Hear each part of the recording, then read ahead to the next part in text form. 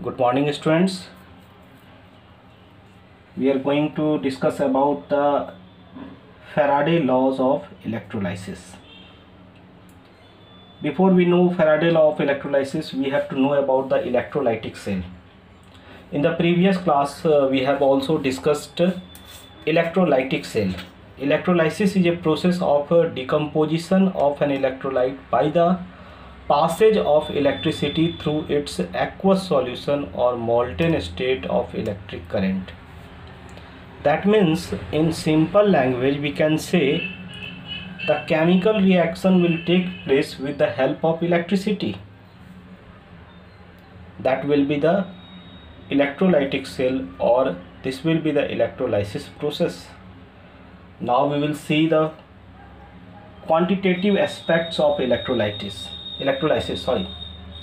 Michael Faraday performed a large number of experiments during 1833 to 34 on electrolysis and summarized the result of his experiment in the form of two laws known as Faraday law of electrolysis.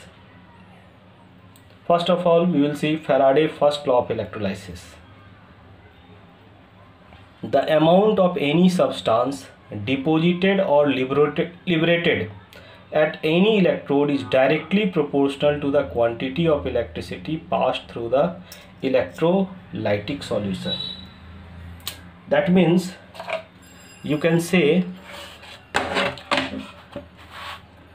W be the gram of the substance that will be deposited, W gram of the substance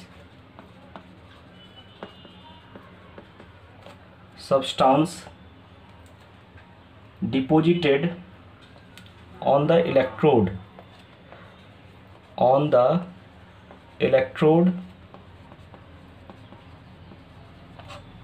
okay. Q will be the charge, okay.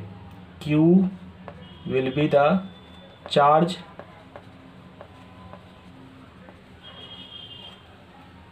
now. W is directly proportional to Q. Now W equal to Z into Q. Z is a constant of proportionality, okay. That is also known as electrochemical equivalent. Electrochemical equivalent, okay. Now we know that Q equal to I into T, then W equal to Z into I into T, okay.